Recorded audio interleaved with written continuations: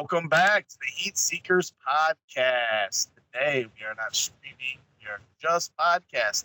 So if you want to hear this, if you're watching on YouTube, you can find us on Spotify. You can find us on iTunes, Google Play, Podbean, and listen on your favorite podcast listening, streaming app.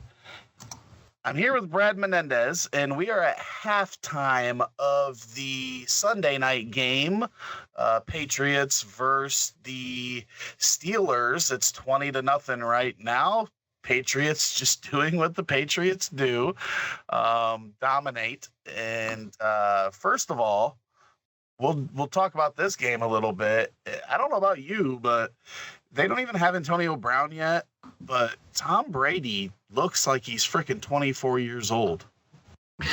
He definitely is moving the ball really well. I mean, he's got almost 200 yards and 2 touchdowns already, and he just spread it around so well. Josh Gordon's got in the mix with the first touchdown, but he's only got 2 catches for 29. And James White's getting action, and Edelman and Dorsett got a touchdown. I mean, it's Jacoby Myers got in there with a 22-yard catch, and then once Antonio gets back there, I mean, it's just going to be insane. I mean, it almost feels like maybe too many mounts at this point, but it's a really efficient offense so far. Yeah, and so here's my question. Ben Roethlisberger's 9 for 14 for 65 yards at halftime. Do you think that the Steelers are feeling the effects of having no Antonio Brown on the field? Their offense as a whole has just looked really bad. I mean, typically Pittsburgh offense, they use the run to set up the pass, and they're not doing well. James Conner's only averaging 2.3 yards per carry. Jalen Samuels is only at 2 yards per carry. They're not really able to do what they like to do from the offensive side. So they're expecting Ben to throw it more. And it's not boding well because, New England's not a bad team, and they're playing these receivers really tight, and they're having trouble. I mean, you can even see with Juju, Stephon Gilmore's just blanketing him, and he's having a hard time beating just one man, let alone double coverage. So I don't know. What do you think about Pittsburgh? I mean, it's obviously one half, so it's too early to tell, but I mean, I don't think that it can go understated of how much having, especially both Juju and Antonio Brown on the field, opens stuff up for everybody. And that's not there anymore. And we see, Deontay Johnson's got 2 receptions for 17 yards. Juju's 2 for 26. Switzer's 3 for 10. Connor's 2 for 14. So they're not getting any downfield action going. There was a James Washington play where they targeted him deep, but Ben missed him. But that's not what we're used to seeing. And obviously it's one half, so you can't overreact to that and say that this offense won't get going. But your first half without AB on the team, with the team being able to scheme differently, because a lot of the times Antonio Brown throughout the week, nobody knew if he was playing the games that he missed. It wasn't like, they had a heads up that, hey, Antonio Brown's not going to play. And as soon as I say that, we have another reception, and it's to Ryan Switzer again. So he's 4 for 17 now, and it's just it's hard to know whether that's helping the defense of the Patriots or if it's just rusty. Like, we talked, a lot of these teams, they don't play in the preseason. We've seen it Thursday night, one of the sloppiest games we've seen, forever. I mean, as a Bears fan, it was disgusting, but, I didn't get to watch a lot of the different games, but, the Bears, I know at one point, I think they had 4 false starts, and they had 12 all of last season. Mm-hmm. You know what I mean? And I seen the first and 40 I've ever seen outside of playing Madden, so, these teams, it takes them sometimes a little while to get going. They don't play a lot in the preseason. So I'm not going to overreact to that. I still think there's a lot of fantasy upside on this team. But when Juju has to play defense on that play that just happened. Right. I don't know if you're watching. Yeah, I'm watching it. He had to play defense. Oh, that's a nice catch to James Washington. That's a nice deep pass. So there's that downfield that they've got to get. They gotta let teams know that they've still have that downfield threat to spread that out. That's going to make it easier on James Conner, because if they're going to play up on him and double Juju and make it tough on him and nobody else steps up, then it's going to be real tough for that running game. And then, like you said, it makes it real hard on that passing game then. Yeah, so, that was a nice 45-yard completion, so that was a good one.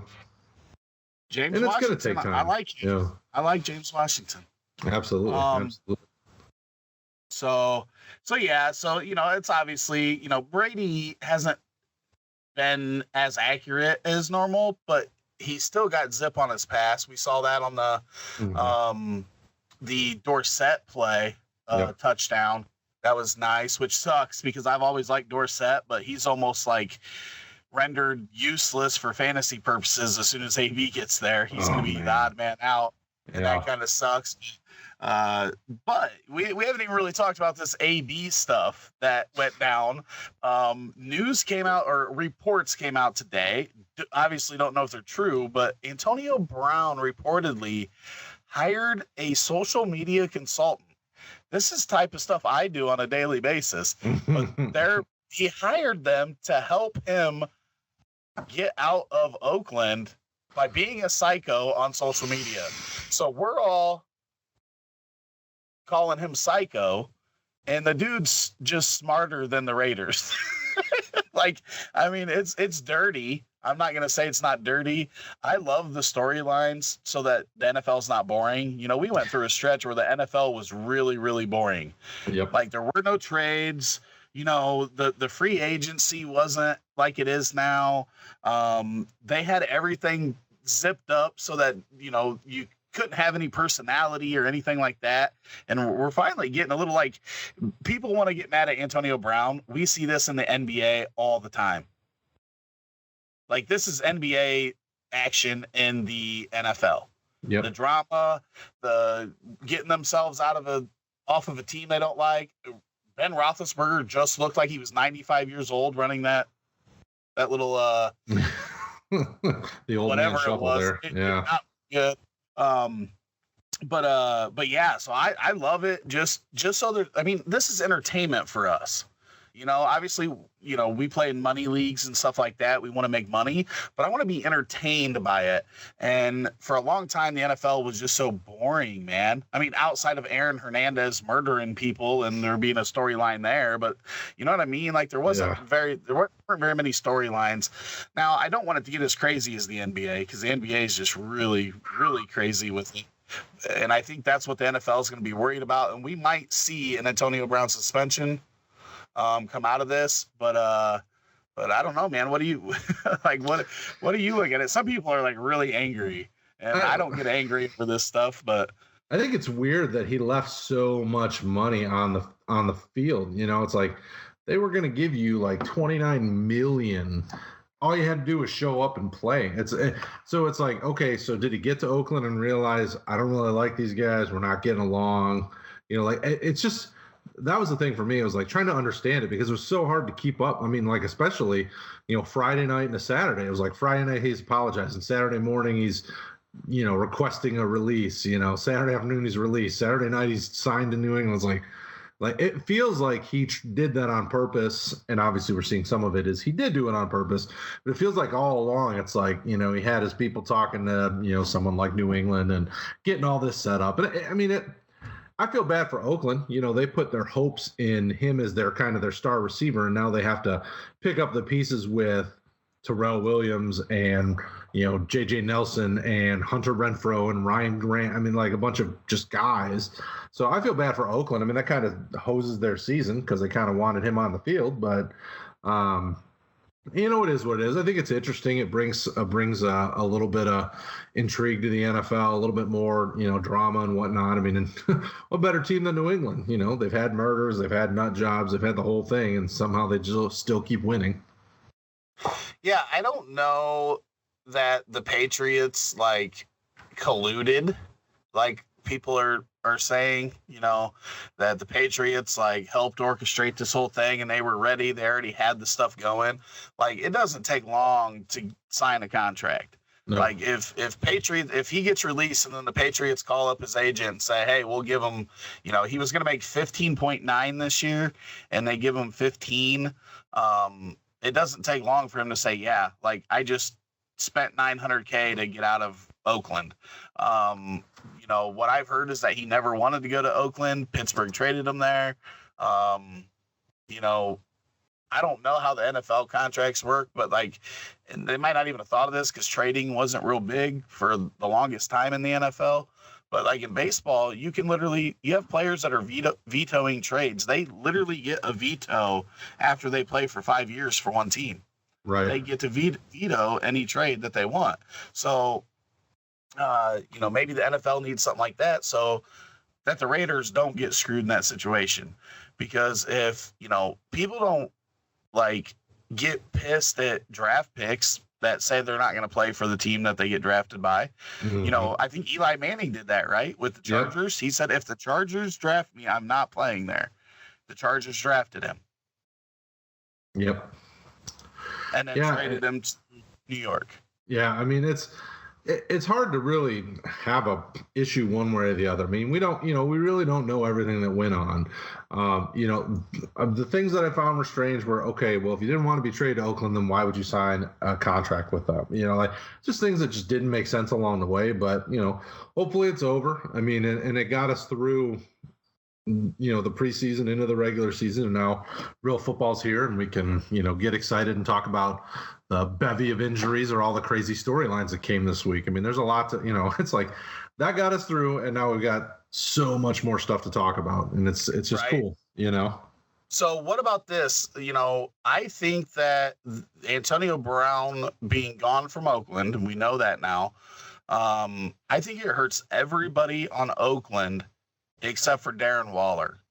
I think Josh Jacobs is going to be facing some really stacked boxes now. They're not scared. Tyrell Williams is a downfield threat, but Carr hasn't been successful down the field the last 2 seasons. Mm-hmm.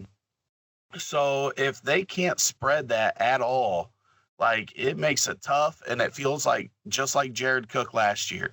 He was the only guy that Carr had success with, and I don't know if Darren Waller's not the athlete that Jared Cook is. But I feel like he's the only one that this benefits. I think it hurts everybody else.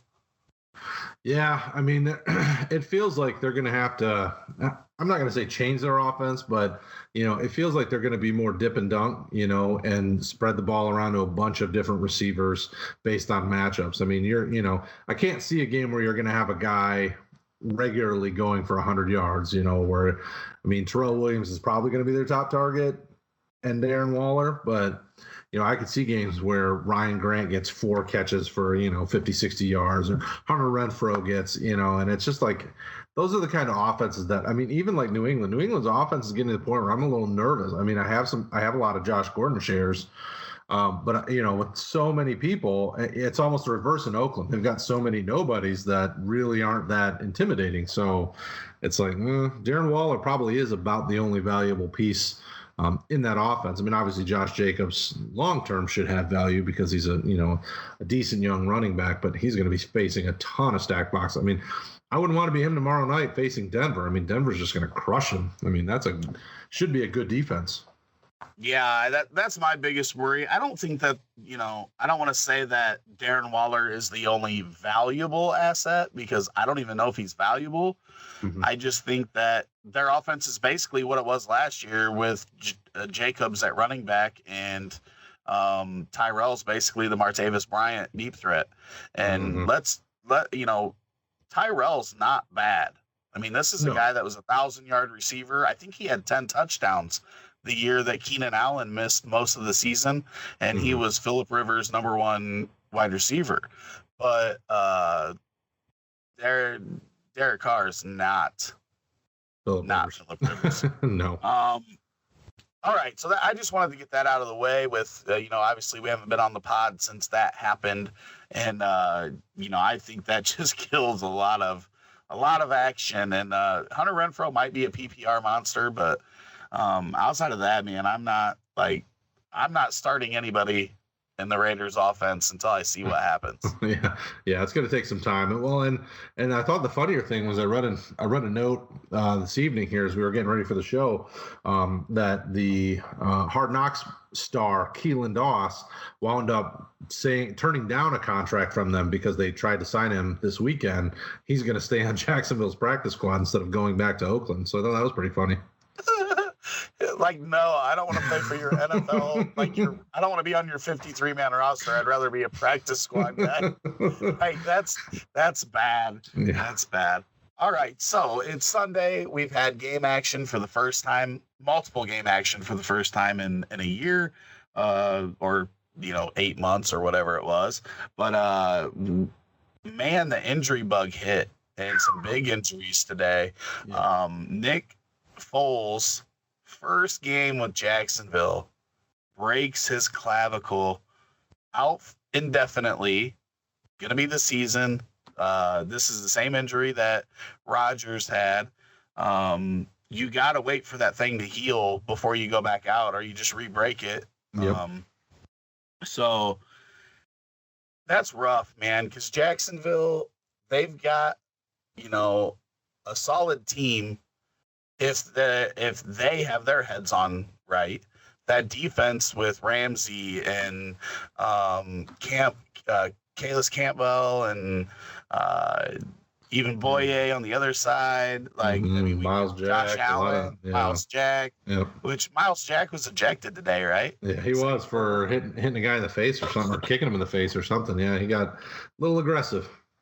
But this is a team that can have a great defense. They didn't really need a quarterback that did a lot.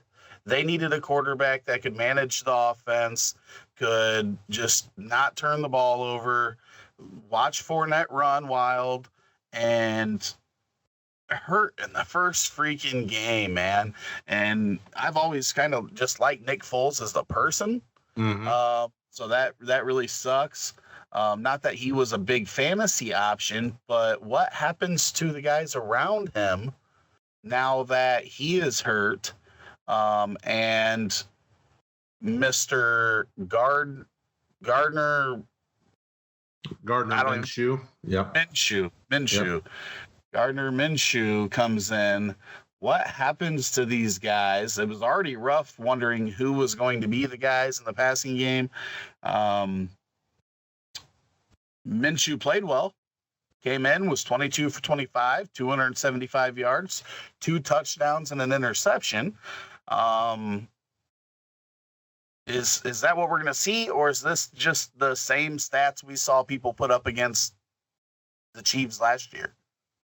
Well, I like Minshew as a quarterback. First and foremost, has probably the best stash in the business. I don't know if you've seen pictures of this kid, but he cracks me up. He looks like a 40-year-old guy. He's an interesting guy. Dorset, really touchdown number 2. Oh yeah, I see that now. Wow, that's a nice deep ball by Tom Brady too. Long one, yeah. Yeah, that's a good one. Minshew was really good in high school. He kind of was interesting throughout his college career and really didn't put it all together until he got to, I think it was at Washington. Yeah, Washington State. He threw for almost 5,000 yards and 38 touchdowns and 9 interceptions. Like, the dude's very smart. I know he's not the same size as Foles. He doesn't have that big stature. I think he's only like 6'1", maybe 6'2" at the most. But he's smart with the ball. I think he could fill in fairly admirably as a game manager.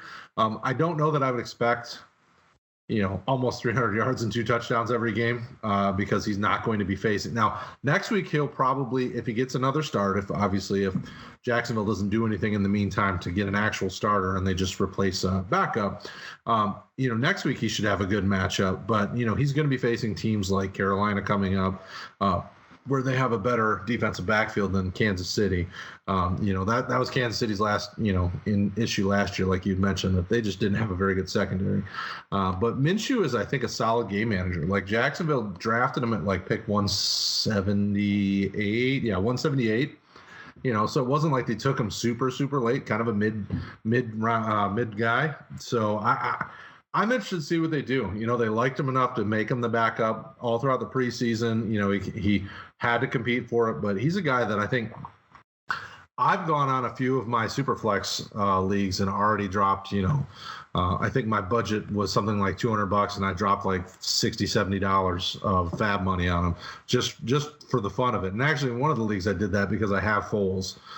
So I want to make sure my backup is obviously now backed up because he's injured. So I would encourage people to take a shot on him, just in case, because Jacksonville's not going to bring in somebody that's going to know the system and be able to be a starter. They have the guy that knows the system the best right now, and that's Gardner Minshew. So is he a rookie this year? Yeah, he's a rookie. Yep. He's a rookie. Yeah. I never knew this dude's name. I didn't even know how to say it. I actually had him. I stashed him on the taxi squad in our 96er and didn't realize, like, I went and was checking my score a little bit ago. I'm like, oh, look at that. I already got him on the taxi squad. Nice. So that's pretty exciting. Yeah, that's awesome because let's be honest. You know what this reminds me of? What's that? You remember a couple years ago, there was this quarterback named Tony Romo, and he got hurt early in the season, and this late round draft pick, Dak Prescott, comes in and plays well, and just history happened, and Tony Romo ended up retiring, and Dak Prescott threw 4 touchdowns today.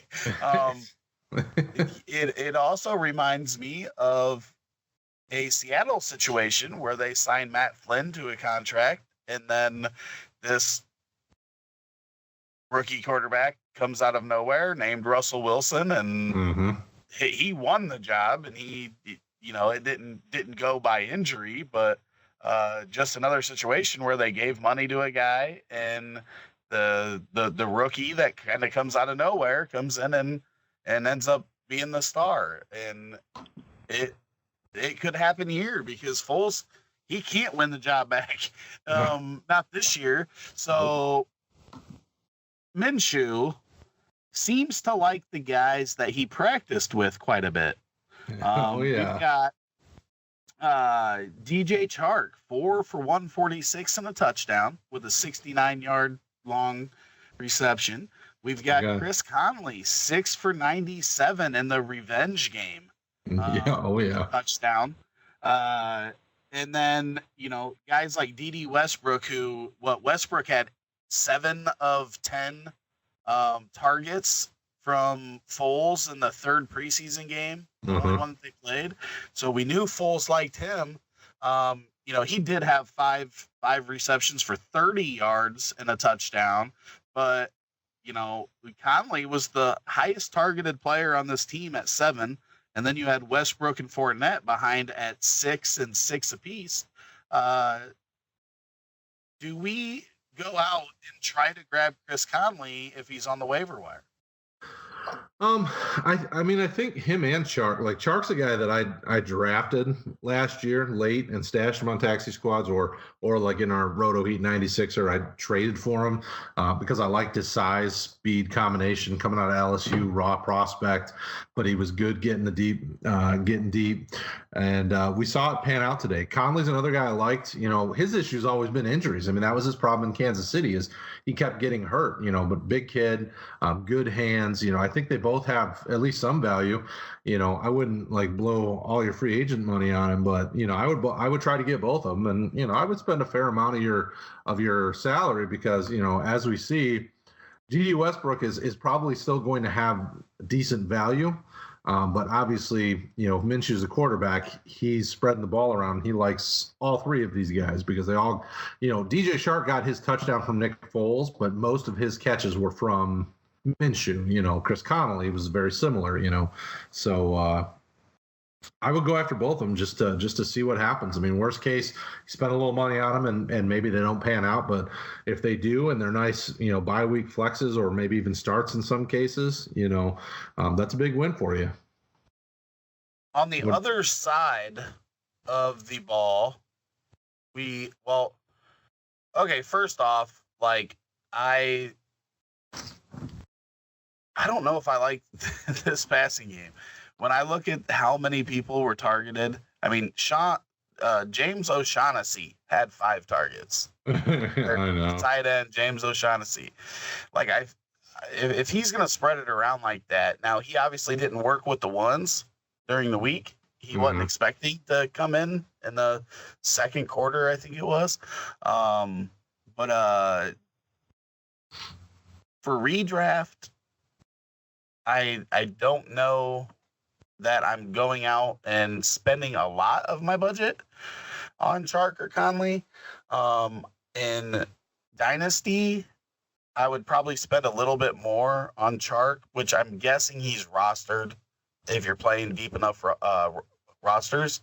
Conley, I don't know what to do with. I honestly don't know. I don't know if I'd spend 10% of my budget, 5% of my budget. Not a lot of options come up in Dynasty, so you can spend a little bit more there than you would normally. So if you really think that they're going to be good, then you can spend 20% because you're probably not going to have a whole lot of options come up. Minshew, on the other hand, if you're playing in Dynasty Superflex, then you're going to have to drop some budget.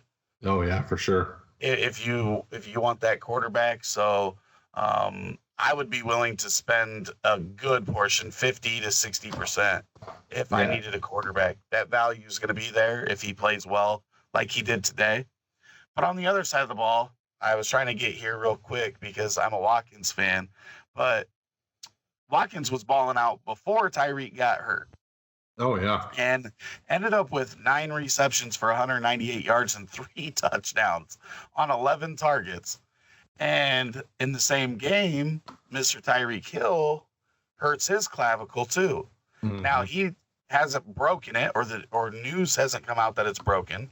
So he's expected. I've heard anywhere from 2 to 8 weeks for him to potentially miss. With him out, do you think that this offense gets really heavy with Watkins and Kelsey like it was today? Or do you think that one of these other receivers, literally, they threw it 33 times, 25 of the targets were to Watkins, Kelsey, and Damian Williams. Yeah. There were only 8 targets to the rest of the team. We had Mecole Hardman was hyped up before Tyreek's legal stuff got over. He's obviously not on Dynasty waivers. You're not going to get him there. He's rostered everywhere. A lot of people took him in the first round. But in redraft, are you going to look to any of these guys with this high-powered offense? I mean, Mahomes threw for 378 and 3 touchdowns on the Jags. So he's not missing a beat from last year. He's obviously going to regress. But are you going to take a shot on any of these other guys? Robinson, Hardman? No, I don't think so. I mean, in redraft, probably not until we see them doing something. I mean, the issue I have in a redraft format with guys like this is, I'm not confident they're really going to get them heavily involved. You're probably going to see weeks where they get a decent amount of targets, but you see what this offense is doing. Even when Tyreek was in there, he only got targeted twice, and he was hurt in the second quarter, I believe. So he was blanketed by Jalen Ramsey, though. You don't get a lot of targets when Ramsey's on you. And, the struggle I have with it is that most offenses aren't going to be, or most defenses aren't going to be Jacksonville. I mean, that's a top 5 defense. Right. So, they may get some of these guys involved just to kind of spread it out and give reps and things like that. But I don't know that there's enough for them to really make them valuable. Yeah, I would probably leave them on the waivers another week or two just to see what they do moving forward, because I would expect them to have a very similar, in the future. Like I would expect them to target their number one receiver, probably 8 to 10 times. And that's going to be Sammy. I expect Kelsey to get somewhere in the, 8 or 10 targets, and they like to throw to their running back. So Damian Williams will get that. I mean, it just doesn't seem like there's enough to go around on a regular basis to make one of them valuable. Like Demarcus Robinson's been a guy that you probably drafted him out of, in his rookie season, and then he never lived up to the hype, and he still hasn't. I mean, he's never really been a very sure-handed receiver. So I wouldn't be comfortable taking either of them right now in redraft. I mean, obviously in Dynasty, they're probably both rostered at this point, but. Yeah, I mean, I feel the same way. I do think that if you pick them up now, you can get them super cheap if you have a roster spot and see what happens next week when they have a week to prepare as the number 2. And you might end up getting a solid wide receiver 2 or wide receiver 3 for nothing, basically. Right. So I could see doing that. They're probably wishing they had Chris Conley right now. They're probably wishing they still had him. But in that same game, in the second quarter, Mr. Patrick Mahomes did scare everybody.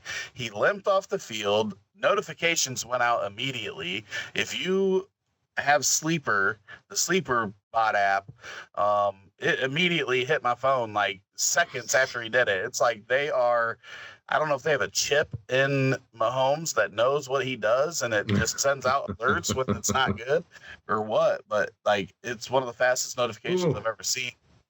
But man, Brady with the deep ball. He just hit Josh Gordon on a nice deep pass too. He's really got a good power behind his ball today. Sorry. Well, I like the earlier play where he got hit and somehow still got it to Edelman. Yeah. But Mr. Patrick Mahomes did limp off, but he came back and played well. So doesn't seem like anything to be scared about. They're definitely not messing around with him, especially with a lead.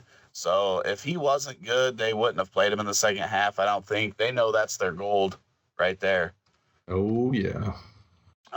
Devin Funchess, shoulder injury in the Colts game.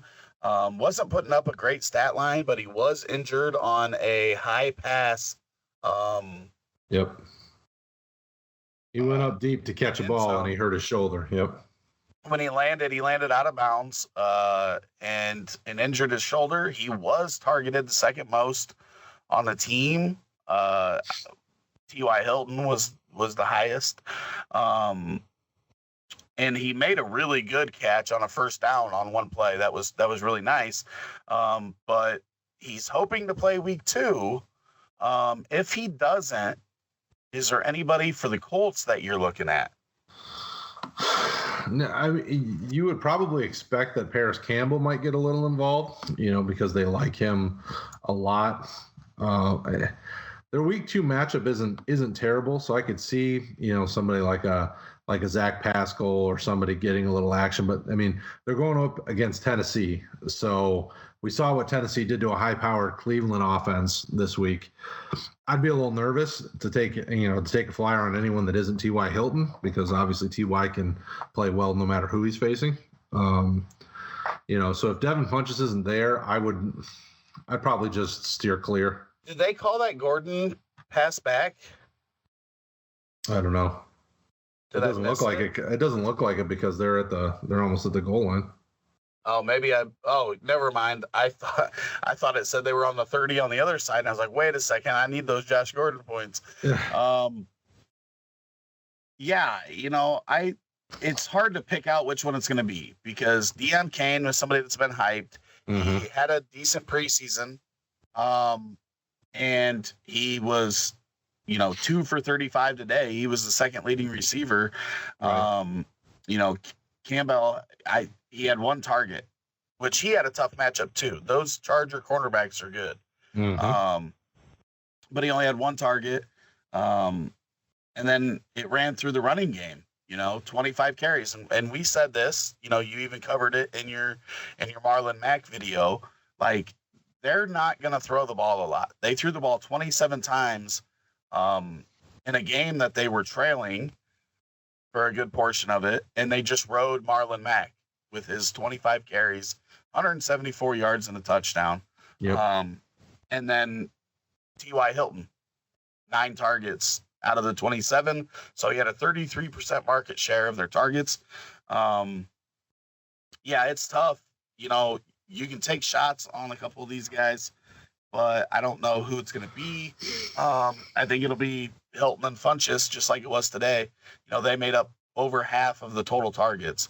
So I think they're going to be the guys going forward. Any other thoughts on their game? Because I think we have another injury in this game that we forgot to put on our list. Yeah, I think that I should say I would expect that they would get their tight ends more involved. But those are unfortunately going to be kind of matchup things. Ebron and Doyle got 5 targets between the two of them and caught 2 balls for 28 yards. But like we said, San Diego's got a really good defense. So I would expect the tight ends to get more involved than they were. And if Funchess is out for any period of time, I would expect Ebron to get a bump, because Funchess and Ebron can kind of play a similar role in that offense. But that's probably, Deion Kane's a guy I like in Dynasty. I don't know, redraft I would be really terribly excited about, at least at this point. I would need to see more. I was trying to see what was going to happen on that play. I think I'm a few seconds behind you, but Tom Brady got sacked. Yeah. Yeah. I agree on that. Mike Williams on the other side, he had two receptions for 29 yards, but he left, and I'm not 100% sure what exactly happened with him, but he had a knee injury. We're looking at like a similar thing with T.Y. Hilton. Keenan Allen, far and away the most targets and out of the wide receivers. Eckler had 7 out of the backfield, 6 receptions for 96 yards. Keenan Allen was 10 targets, 8 receptions for 123 and a touchdown that looked like a Mike Williams touchdown, not a Keenan Allen touchdown, where it was very contested with 2 guys draped over his back. Keenan Allen is good. Oh, yeah, he's very good. He's still a wide receiver 1 easily. And if Mike Williams' injury is for any length of time, that only makes things better for Allen, Eckler, Henry. You can see it even in the target share. Travis Benjamin got a little bit, but that was it. Most of the other guys got very little amount of targets. So, everything I'm seeing with Mike Williams' injury is just a knee, and at this point, nobody's got kind of what the extent is. I just watched the play. It doesn't look like one of those where you could see it being an ACL, MCL kind of thing. It just looks like he maybe, I don't know. We gotta wait for the injury report to come out on that one, but I couldn't imagine it being a season.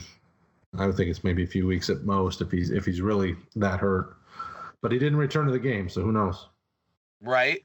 This backfield, Eckler and Jackson combined for 25 touches and 100 or 200 and what did I say, 15 yards? Yeah.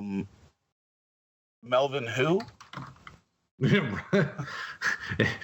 that doesn't wake him up and say, listen, I got to get back in there so that I can get a good contract next year.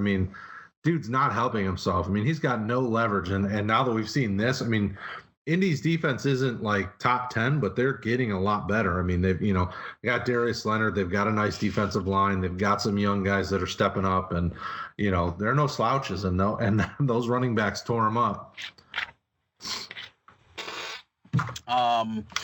Baker Mayfield, wrist bruise, not considered serious, but his 3 interceptions were.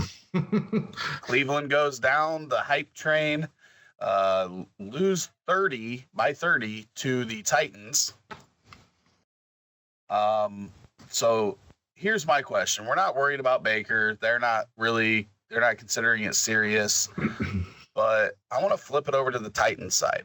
We've seen Nick Foles go down. We've seen Andrew Luck retire. And now we've got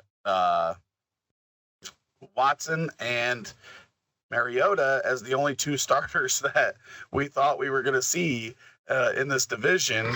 Are the Titans a threat to win this division? Easily. I know a lot of people were down on Tennessee as a team, but they were solid last year in Vrabel's first year as a head coach, and they only got better. If Mariota stayed healthy, I mean, you had mentioned it a few weeks back when we were talking Tennessee on the team analysis. He was very efficient last year, and yes, he got hurt a lot, but if they can keep him healthy, they're very dangerous. Houston is a very good team as well, but they, you can see the weaknesses there. Tennessee just destroyed what was supposed to be, a deep playoff team, and they did it with ease. I mean, let's look at it as it was, and they didn't even use Corey Davis. I mean, he got a few targets, but he was being blanketed by, the top corner in Cleveland, and they beat this team by, what'd you say, 30 points? I mean, they definitely strong. I do want to say that because I think that whether it's season long or dynasty, now is a good time to go buy Corey Davis because this isn't the start that the owners wanted in his third season. But Denzel Ward was blanketing him. And for the first time in his career, his teammates stepped up and actually helped with the offense, with the passing game. We saw, obviously, well, that's why they drafted A.J. Brown, A.J. Brown, who everybody was low on because he went to Tennessee, 3 for 100 in his first game. And then, the ageless wonder at tight end, 2 touchdowns. They stepped up like you're supposed to do when your number one is blanketed by a good cornerback. Mm-hmm. And, Mariota didn't throw a lot. I think he was 14 for 27, but had the 3 touchdowns, was protected the ball and really helped them beat a Super Bowl contender that a lot of people thought they were a Super Bowl contender or think they are. Obviously, it's only one game. We already talked about it. You don't play in the preseason. You never know how you're going to come out your first game. They're going to be fine. Flipping it back over to that Cleveland side, we saw 7 receptions for 71 yards for Odell in his first game in Cleveland. Chubb was kind of, it's hard to run the ball when you're losing by 30. So he didn't get a lot of opportunity, but I think he averaged 4.4 per rush. Are you really worried about Cleveland, or do you think this was just a one-off, a bad game? We saw this offense play really, really well last year without Odell. After Kitchens took over. What are your thoughts? Do you think that they're the Browns and they're not as good as we think they are, or do you think this is just a matter of their quarterback throwing 3 interceptions, playing a bad game, and just not getting going? Well, and that's a tough thing. This was the first year that we really saw teams not play their starters much at all. In previous preseasons, you would get one drive in game 1, you get a quarter in game 2, you get a half in game 3, and then nothing in 4. So you've had some reps with your players. This year, most, if not all, the teams sat most of their players for the entire preseason. That chemistry takes time, and not just practice reps, but dudes trying to take your head off in pads reps, it's going to take time. Cleveland's got a lot of talent, and eventually you got to think it clicks. Now the question is how quickly it clicks. They really needed to get Jarvis Landry a little more involved. He's very sure-handed, and from what I could tell, the 3 passes that he didn't catch, they didn't look like they were very accurate throws. It looked like Baker could have used more reps in game action over the preseason, but Thursday proved to me that we got to give it a few weeks. Green Bay looked horrible. Chicago looked horrible. Today, most of these teams have looked, slow and sluggish to start. Even tonight, Pittsburgh is not this bad of a team, but they're getting dismantled 30-3. It's just I'm going to give it a few weeks before I start, kind of throwing up the red flags. Give it some time. Even like when probably won't touch on it much, but Seattle and Cincinnati. Cincinnati almost won that game. Cincinnati's not good. It's like, give it some time, people. Don't overthink or over exaggerate or worry. Just see what happens. Well, I do want to say about any team, because we see this numerous times. Like, nobody thought the Bears were good last year. We don't think the Bengals are good, but maybe they're better than we think, and we will touch on them for a second in a minute. I was switching over to the Tampa Bay San Francisco game. This was supposed to be the shootout of the century, and I think defense had 2 touchdowns, one on each side. Mm-hmm. We saw 4 interceptions total in the game. 3 of them came from Jameis Winston. Just not a good game. Mike Evans never got involved, and I don't know if it was because he was sick. He did have 5 targets, but he only caught 2 for 28. Godwin only caught 3 for 53, but did have a touchdown. Ronald Jones, the guy that I Rojo hammered since he came into the league, had 13 rushes for 75 yards. Also had a catch for 18. Solid. Not bad. Well, let's just say 49ers are not supposed to have a good defense either. Well, but they put a lot in that defensive line, so you would have expected them to be better against the run than they were. They put, what are there, 3 or 4 first-round picks along that defensive line? You've got Bosa, you've got DeForest Buckner, and then there's one other kid that I think they took in the first round. You would have expected better, defending. Peyton Barber didn't get a ton of love, but he still averaged over 4 yards a carry. I was pleasantly surprised. Yeah, their running game actually was pretty solid, but their passing game was not.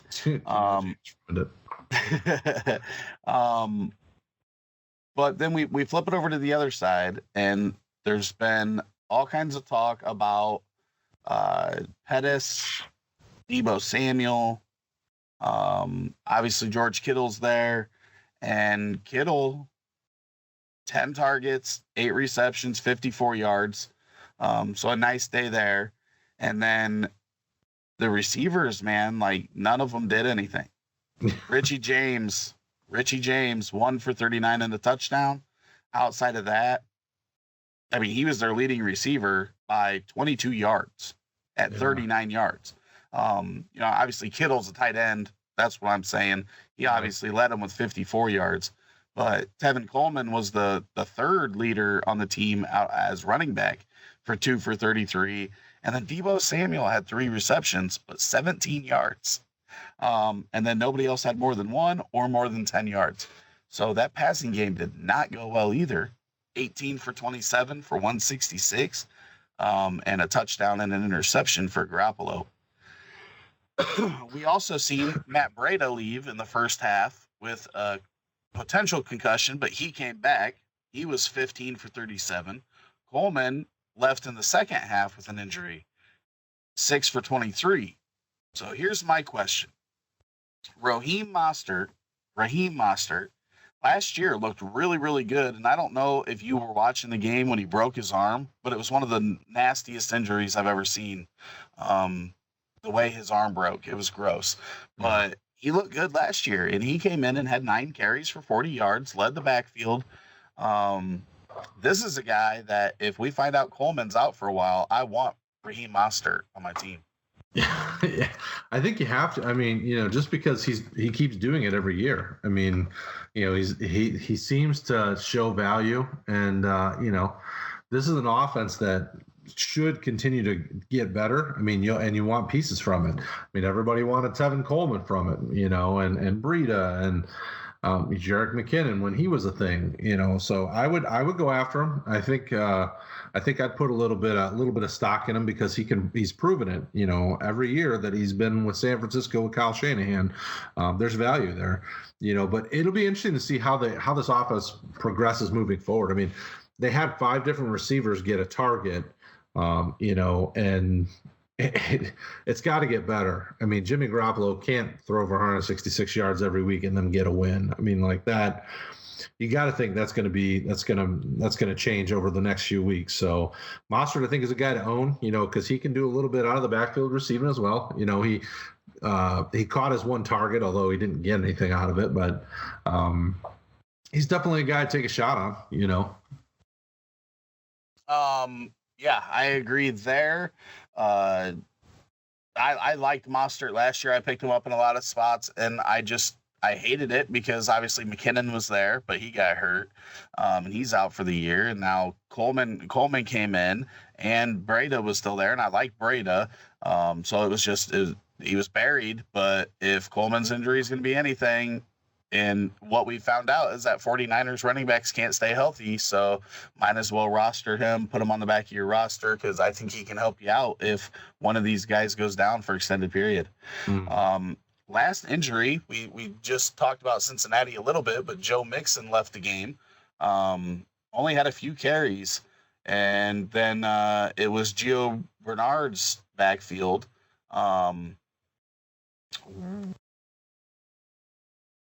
Don't know the severity of it yet. We don't know how long he's going to be out, but what are you doing if Mixon is out for, a few weeks? Obviously Travion Williams? Yep. He was inactive, and an early inactive. We knew that a few days ago. But Gio's there, but can Gio handle a full workload at his age? And I mean, obviously he's never really been an early down guy. He's been successful running it, but he's one of those guys that the more touches he gets, the worse efficiency he's got. What are we doing? Is there anybody on the waiver wire that we can look for with the Bengals? Yeah, I mean, well, we know with Gio that he's got talent and he can play at a high level, but he's proven it time and time again that he can't handle that full workload. He can't be the 3-down back, the receiving back. I mean, that's not the way his game works. They did give him an extension, so obviously they like him there, and I think that could be beneficial for him, at least in the short term. I know they like Travion Williams, but if I remember correctly, he was injured in the preseason, and I don't know the extent of his injury, but he's probably the next man up. But also they picked up Samaje Perine from Washington, and I know that he's on the active roster, but he was inactive for this game as well. So he's been real good. I'm not saying that he's been real good. I'm just saying that they were willing to pick him up, So yeah, Travion Williams, his size speed combination tends to liken him more to Gio Bernard. So my guess would be maybe they take a shot on a guy like Samaje Perine and give him a chance for the in between the tackles work. I mean, he's not very good no matter what he does, but those are the two guys that they've got back there. So unless they go out in a free agency and try to pick out the scrap heap, I mean, they're probably going to try to go with what they've got. So those are the two names to look out for, but I don't know that Travion Williams can do the Joe Mixon role very well. I mean, that's just not really kind of the way his game works. So I'd be a little nervous, but Gio's probably the guy to own at least at that point. Well, I will say that they only ran the ball 14 times, Bernard 7, Mixon 6, and then Tyler Boyd was the only other one. So, the third running back, if they had one, did not get a touch. And Andy Dalton threw 51 times for 418 yards, 2 touchdowns. Pretty good day for him. But the two leading receivers in this game were one, Mr. John Ross with 12 targets for 7 receptions and 158 yards and 2 touchdowns. And on the other side, it was one Mr. DK Metcalf in his first game, 4 for 89 on 6 targets. Were you surprised by that at all? Well, I was surprised that Tyler Lockett didn't get any love. I mean, he had 2 targets, 1 for 44 and a touchdown. It's like, what? I was not expecting that to happen. I mean, to see DK Metcalf, obviously they wanted to see if he was going to be healthy after he had that kind of minor knee stuff during the preseason. But wow, I didn't see that coming. I really expected it to be Tyler Lockett, and then, DK Metcalf getting some because they want to make sure, they want to bring him up to speed. But hey, he played well. I mean, Cincinnati's defense isn't amazing, but their defenses was going to be the thing that would help them. If you talk to anybody before this week, that Cincinnati's defense was probably better than their offense, but their offense looked good. I mean, we were talking about the Aaron Rodgers revenge tour a couple of weeks back. This may be the John Ross revenge tour. I mean, he lit them up. He caught 7 of 12 for 158 and 2. I mean, I was amazed by that. I mean, I had him in a few spots, but it was more because I just didn't have anything else at the back of my roster. But now I'm like, well, maybe I did not hedge my John Ross bets. So I have 0 John Ross. I may try to trade him this week. Right. And that's what my next question was going to be. John Ross shows up. We still got AJ Green coming back to this offense. Tyler Boyd still seen 11 targets. Tyler Eifert still seen 6. I think selling John Ross is a great plan. And Dynasty, I don't think this is something we're going to see on a week-to-week basis or even multiple weeks. So I agree with you. I would look to sell. One thing that surprised me was the tight end play in Seattle. Vanette, 2 for 16. Disley, 1 for 12. I thought we'd see them more involved with the lack of wide receiver depth. But they only threw the ball 20 times too, because they were leading for, the majority of this game. And then since he came back, and it was just this back and forth thing, then finally Seattle puts up the touchdown, the 4th to win. I was very surprised by this, but the thing I did like to see was Chris Carson, 6 receptions. Rashad Penny, 0. Yeah, I think that's the thing I was more surprised about. Like Chris Carson got kind of the similar, it felt like Chris Carson ate into the tight end reps, or the tight end targets, but I wasn't expecting it. I was expecting Chris Carson to get all the rushing attempts, or most of them, and Rashad Penny to kind of get some of that passing down work, but he got nothing. I mean, I was surprised, but he deserves it. I mean, Chris Carson's proven to be a good running back. And yes, they drafted Rashad Penny in the first round, but that was more insurance than anything. I mean, as we can tell, Chris Carson's very much alive and very much a big part of this offense. 15 carries, 46 yards and a touchdown, 7 targets, 6 catches, 35 and a touchdown. I mean, he's, as we talked about in our player breakdown, he's not someone to slouch on. He was going to be good, and he proved it. Okay, so Lamar Jackson. We're done with injuries. We're talking some of the storylines from today.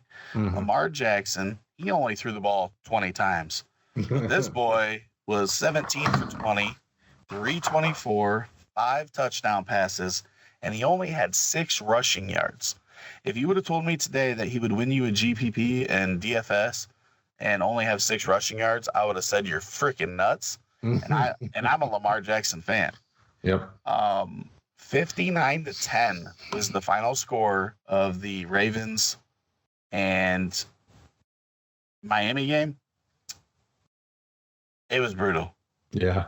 Well, and he would have been, if they hadn't pulled him and put Robert Griffin in, he'd have had almost 400 yards and 6 touchdowns, because Griffin was 6 for 6. Breaking news. Devin Funchess broke his collarbone. Oh, he's done for a while. Yep. So you might want to go out and grab one of those Colts receivers off the waiver wire, just as throw a heave out there and see if it works. But that news is official. Okay, so we'll just say this. Lamar Jackson in the press conference says, not too bad for a running back. I thought this guy was going to throw better. This is just crazy efficiency. We're not going to continue to see that, and then we're going to see some more rushing and everything from him. But that's a very impressive day for him. But 2 of the targets that he had really impressed me. One was Marquise Hollywood Brown, 4 for 147 and 2 touchdowns. And then his tight end was Very good also, and I'm trying to get my score to pop up here. Mark Andrews was 8 for 8, 108 and a touchdown. Yep, very, very good. So those two, 13 targets, 12 receptions, and 255 yards and 3 touchdowns. So pretty good day for those guys. Willie Snead got in on the action with a touchdown, which we don't see a lot of with Willie Snead. And then the other rookie, Miles Boykin, 1 for 5 yards and a touchdown. So the rookies in this game with the second-year quarterback that can't throw really lit it up. Yeah, it was, and we saw that last year as the year finished out and even into the playoffs. Like Willie Snead got targeted. I mean, Lamar Jackson likes him. I mean, he didn't get a ton of targets, but he's a guy that I think you can put on the back end of your roster and feel a little more comfortable about it now that we've seen that Lamar Jackson maybe a little bit more of a passer and maybe have a little bit more of that to his game. But unfortunately we also have to remember that it is the Miami Dolphins that we're talking about that they played. I mean, they traded away any of their valuable players and the rest of them that are there want to leave too. So it's, we have to kind of temper the expectations. They're kind of the punching bag this year. So, a lot of good talent there. That was going to be my next thing, is that we just don't know how this translates to when they play the Steelers or the Bengals or, in division games and whatnot. But I will say that Mark Ingram looked really good. Kind of. He had a 49-yard rush, had 107 yards on 14 carries for 2 TDs. His counterpart, Gus Edwards, got 17 carries, but because they were up so much, they didn't need Ingram as much. So he had 56 yards. The rookie, Justice Hill, was 7 for 27. They ran the ball 46 times. 46. Okay, when you have a good defense and they hold somebody to 10 points, you run the ball. Yep. Bears, Matt Nagy, you run the ball. 46 rushes for 265 yards and 2 touchdowns. Passed it 26 times. That's what you're supposed to do in a close game. Or in a low score, when your other team's not scoring points. That's what you're supposed to do. Devontae Parker, though, 3 for 75. Are you on the Parker bandwagon? I hate it. I've always been on the Parker bandwagon. Like, he's the guy that I've sat on for so long wanting to break out. I don't know that it's ever really going to happen. I mean, he's the only one to target for the most part. I mean, he's probably supposed to be their most talented receiver. I mean, Mike Gesicki got targeted 6 times. Preston Williams got targeted 5 times. Alan Hearns got a few. Albert Wilson got a couple, but he didn't really turn anything in. But I think he also got hurt. He left with that calf injury that's been bothering him. He left in the second quarter, I think. So he was getting targeted before that happened. Yeah. So it's hard to really get excited about Devontae Parker, but they're going to be, like we saw, they're going to continue to be behind, so they're going to have to throw it. I will say this. Don't know. Yeah. There's been the Kalen Ballage, Kenyon Drake debate going on forever. Ballage did lead the backfield in carries with 5 for negative 1 yards. This guy is not a good NFL running back. I don't care how you split it. I mean, Kenyon Drake only went 4 for 12, but that's a really tough Ravens defense. Let's get that straight too. Oh, yeah. But hopefully Drake's one of them guys that gets traded. Hopefully he demands a trade and gets out of Miami.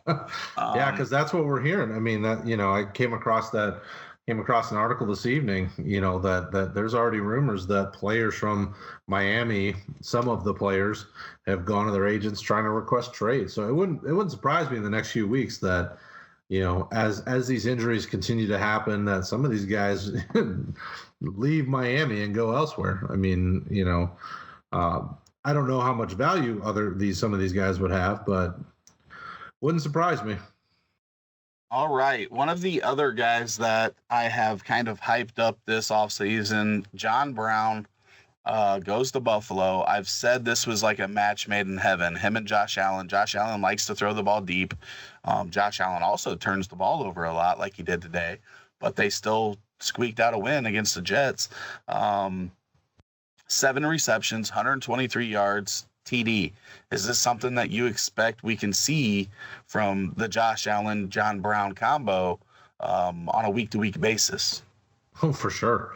I mean, the Jets have a decent defense. When you look at all the pieces they brought over, I think they're, like Mosley and some of these guys, and Jamal Adams is probably the top safety out there, and they lit them up. I mean, 7 for 123 and a touchdown's nothing to slouch at. I would expect that on a pretty regular basis, just because that's what Allen's good at, and yeah, they got a real close win this week, but I wouldn't be surprised if that happens a little bit more regular as we move throughout the season. Just think, they get to play the Dolphins twice. I know. they just talked about that, and they get to play the Dolphins twice. No, it's gonna be big weeks. Okay, so the big storyline for me today is we've seen a lot of big days from guys, but we've seen a lot of good turnouts from rookie receivers, guys that were falling in drafts because people didn't like their landing spots. Marquise Hollywood Brown, we talked about him when we talked about Lamar. 5 targets, 4 receptions, 147 and 2 touchdowns. This was the guy that was going in the back end of first rounds in dynasty drafts. We've got A.J. Brown. People hated that he went to Tennessee, but he was targeted 4 times, 3 receptions, 100 yards. DK Metcalf. People said he couldn't run routes, and I think that he's just going to be so physical and dominant that it kind of showed. 4 receptions, 89 yards on 6 targets. Mm-hmm. Terry McLaurin, rookie out of Washington. Case Keenum loves him. 7 targets, 5 receptions, 125 yards and a touchdown. I meant to mention Miles Boykin. He didn't have a lot of action, but he did have a touchdown in that Ravens game. Another guy that was like a 3rd, 4th round rookie pick. And then Keyshawn Johnson, the other Keyshawn Johnson from Arizona, was targeted 10 times, had 5 receptions for 46 yards. Pretty good day for rookie wide receivers in their first game. We don't see this a lot. It's nice to see because you got Terry McLaurin in the 3rd. Keyshawn Johnson in the 3rd, 4th. Miles Boykin in the 3rd, 4th, 5th. And then A.J. Brown and DK Metcalf in a lot of drafts went in the second half of the first round. What stuck out with you out of these rookies? Obviously, Marquise Brown's stat line sticks out to everybody. So let's skip him. What was the favorite thing you saw out of the remaining rookies? I mean, just the trust that these teams had in them. I was really pleasantly surprised. I mean, a lot of times when you see some of these rookies, you don't expect, you see a lot of we hear the conversation, 2 to 3 years for the wide receivers and the tight ends to really kind of start to make their mark. But I mean, they all stepped up in a big way. I mean, DK Metcalf got a lot of targets coming off of, kind of being injured throughout the preseason. A.J. Brown, I think, was the most surprising to me just because of what happened to what should have been the number 1 target in Corey Davis. It's big that he was kind of the next man up, and it worked out well. Davis was, like you said, blanketed by the best corner on the team, and A.J. Brown stepped up. We didn't really touch on it, but, T.J. Hockenson from the tight end position had a monster day. I believe it was like the best debut from a tight end in history or something. I don't know if it was Detroit Lions history, but the stat I saw was like it was monster. Well, let's just say this dude was 6 for 131 and a touchdown. Oh, yeah. That's a good debut for anybody at any position, at any level of football. Oh, yeah, for sure. Like, that is a really good debut, so I wouldn't be surprised if that was the best debut by a tight end in NFL history. You're a Lions fan. So we've talked about these receivers. DK was my favorite just because he was my 101 in Dynasty rookie drafts. I think his upside is immense, so I loved seeing him get that many targets. But as a Lions fan, we saw number 1 pick Kyler Murray struggle mightily in the first half. Threw it into the lineman a number of times. Then second half, played better. ends up in a tie. It always boggles my mind every time I see a tie. But they had 6 points through 3 quarters, scored 18 in the fourth quarter.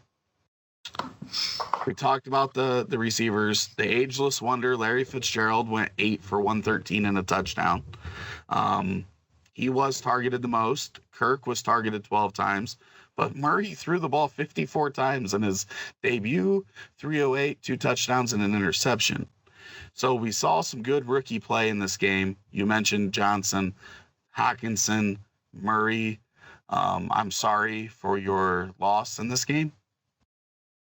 It was more Detroit giving. I'm about to say, well, that's a loss. I mean, that's useless. It was more Detroit giving the game away than it was Arizona. I mean, you could see clearly after halftime they came out and they took their foot off the gas. I mean, just like we talked about with Belichick, like he wants to run the score up. He wants to dominate.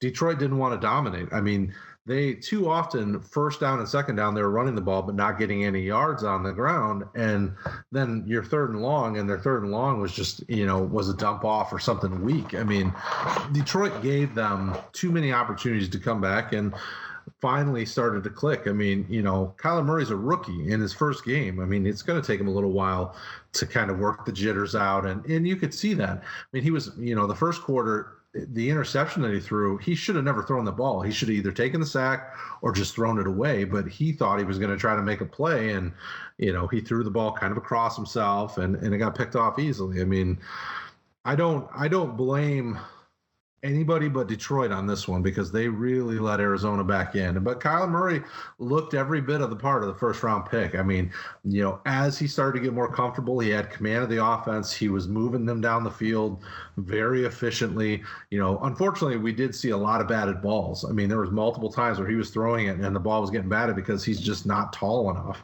So that's still one thing we have to worry about. It's like, how often is that batted ball going to turn into an interception on him? So that's something to be concerned about, at least moving forward. But he looked good. I mean, once he got comfortable in that fourth quarter and overtime, but still stunk for my Lions. I hate when they do stupid things like that because now they got to face San Diego at home, and San Diego's a good team, and then they got to face Philadelphia, and Philadelphia looked great today. We didn't even really talk much on them, and they looked fantastic. So,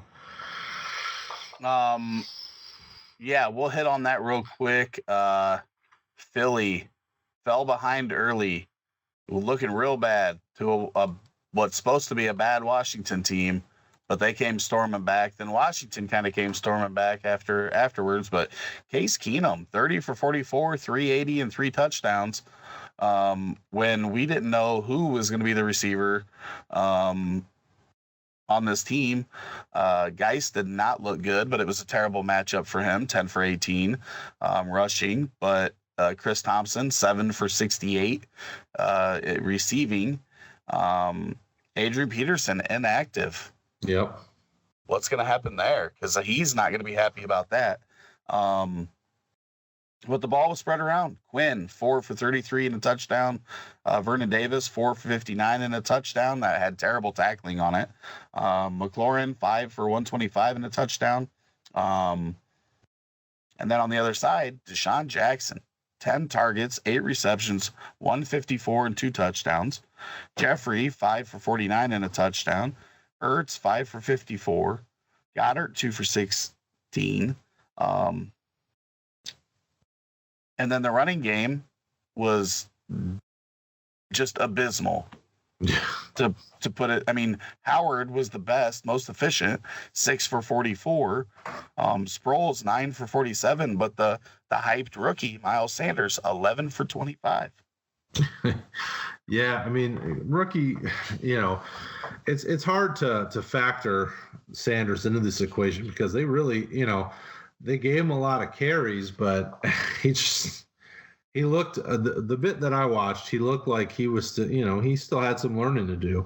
They got him involved a little in the passing game through, had a couple targets his way, but Darren Sproles, man, the ageless wonder, the dude, is done for the year. Then all of a sudden he gets signed kind of as a street free agent late in the preseason, and 9 carries for 47 yards. Plus he had, 3 catches for 16. It's like, When is this dude going to go away and stop stealing touches from people?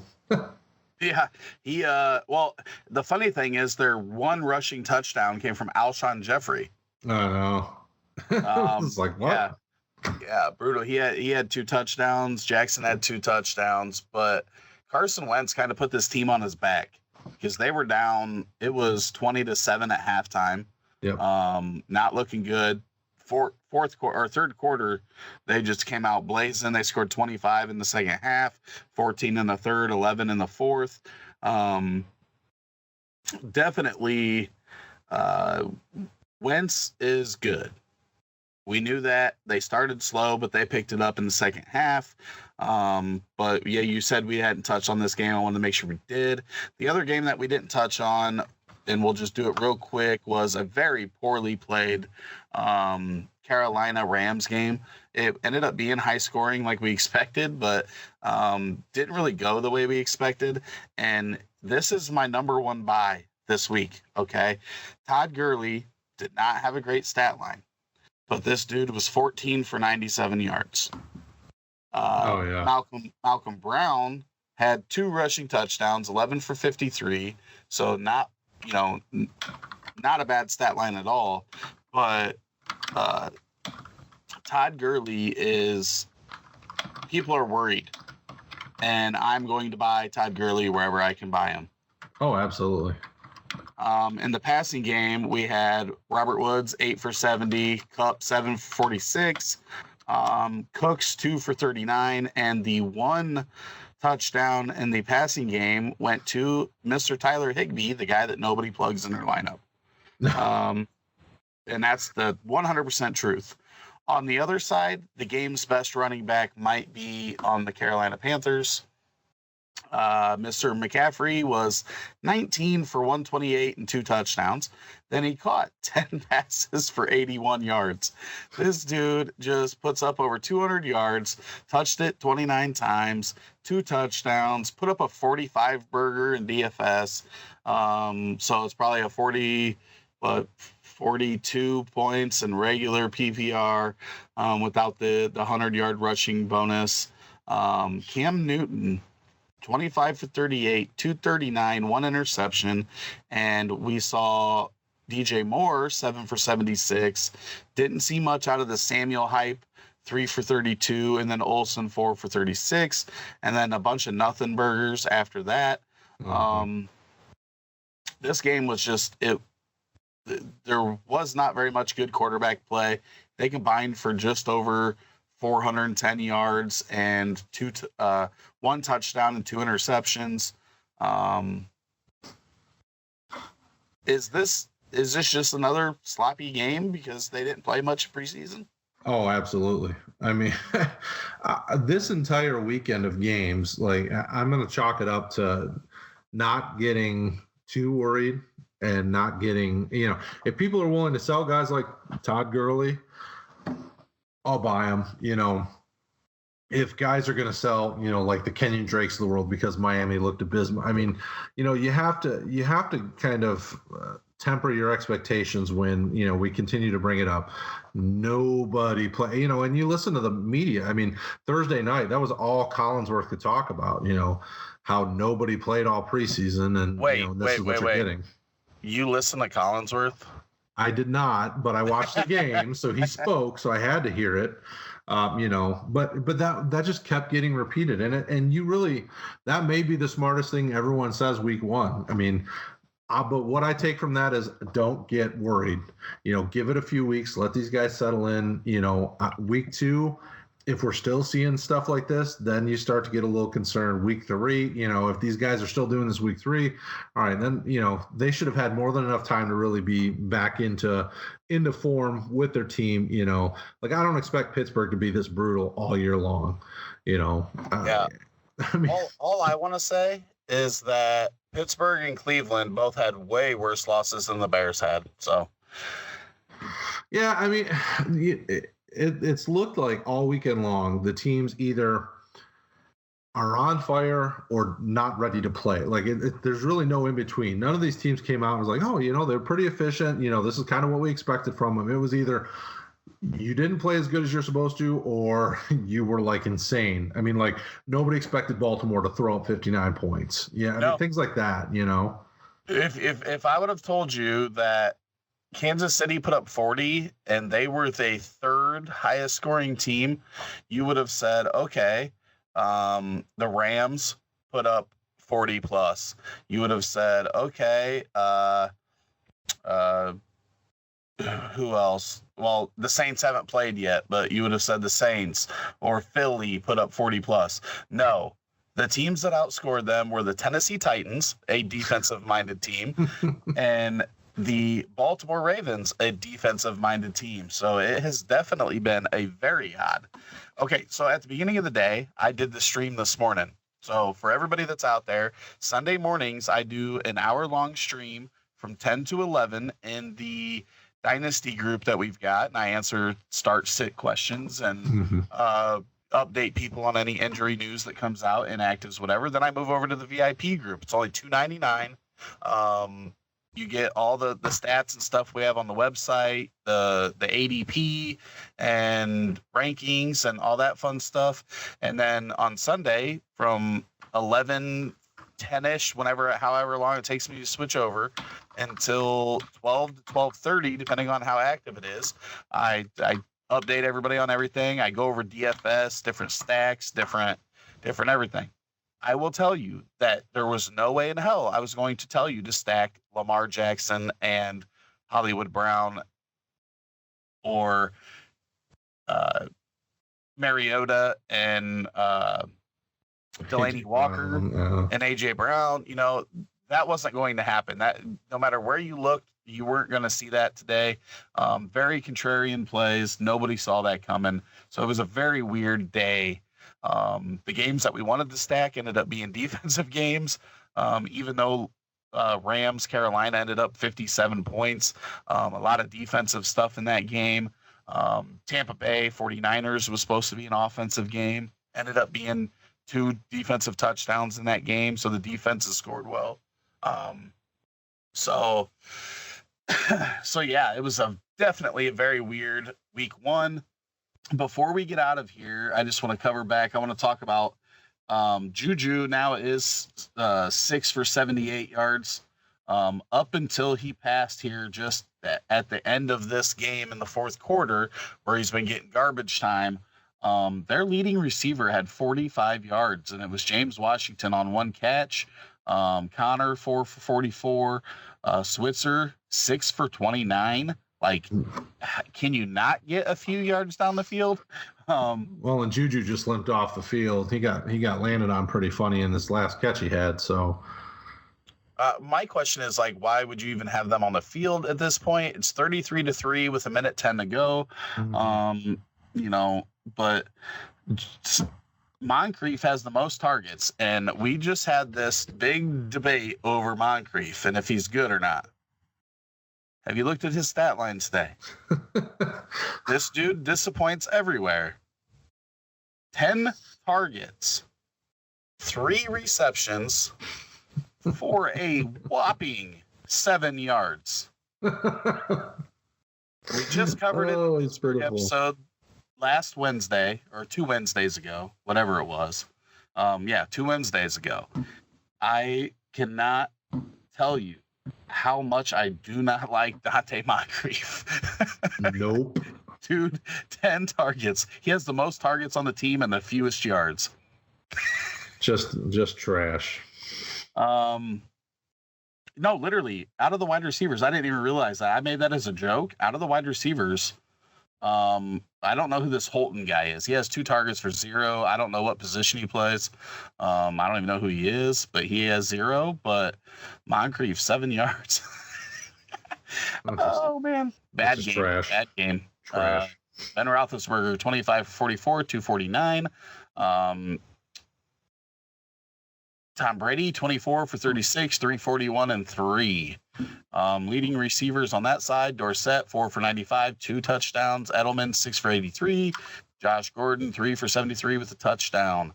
James White, 5 for 56. Rex Burkhead, this running back by committee that they've got, 5 for 41. Rushing games, Burke had 8 for 44, White 4 for 26, and Michelle did not have a good game. 15 carries and averaged less than 1 yard per carry, coming in with 14 yards. So we might see a decent rush defense from Pittsburgh. They might not defend the pass so well. Even Julian Edelman had a 32-yard pass. I think that's longer than any Roethlisberger pass. No, not really. I was about to say it's not been looking good. That's for sure. But Monday night's tomorrow. There's 2 games tomorrow, obviously not covered in this. I want to know right now, who is your number 1 waiver target and who is your number 1 trade target? Probably my number 1 waiver target, and because I'm thinking more, super flex type situations, is probably going to be Gardner Minshew. Just because if he can be the game manager and come in and be a starter, he's a nice kind of backup for you, and he's smart with the ball. My top trade target is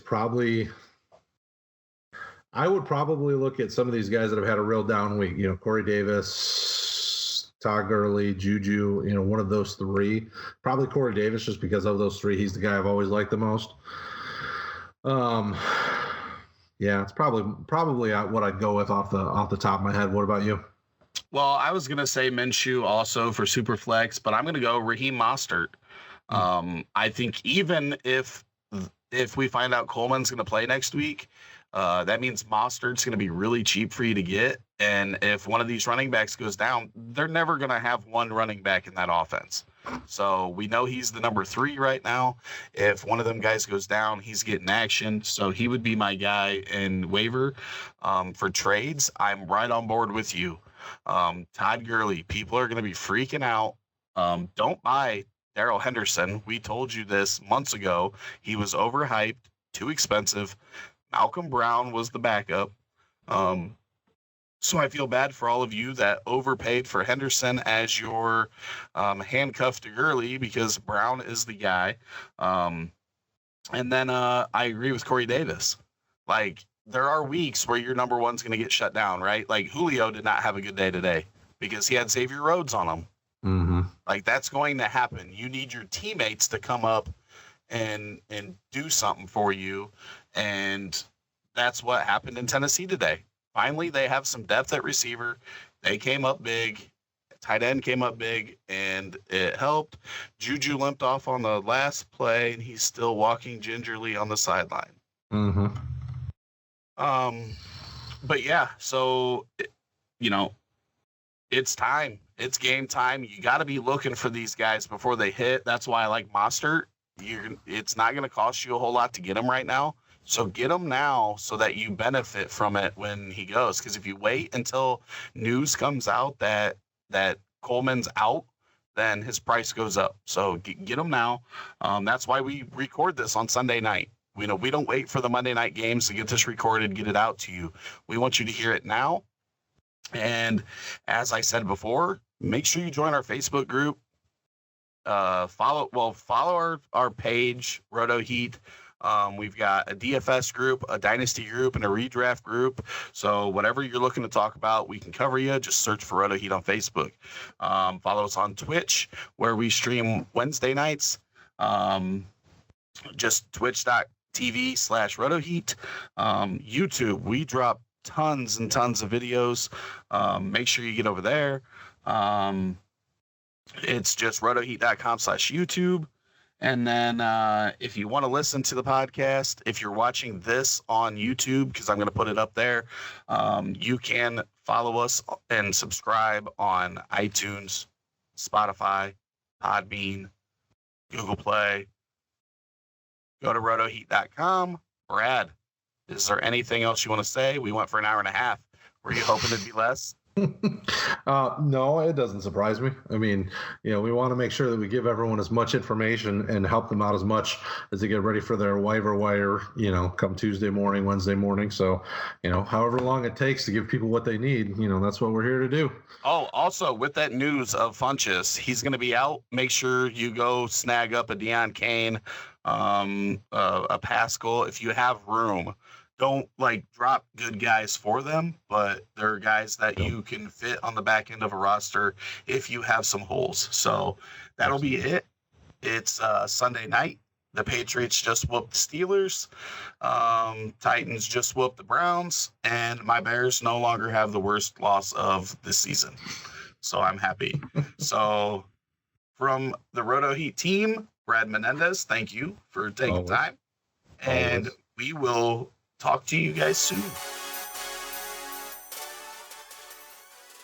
Don't forget, make sure you hit the subscribe button and notification bell so you don't miss any more fantasy football content from the rotoheat.com team. Also, right there, playlist. Hit it. Watch the videos. Do it. You want to, do it.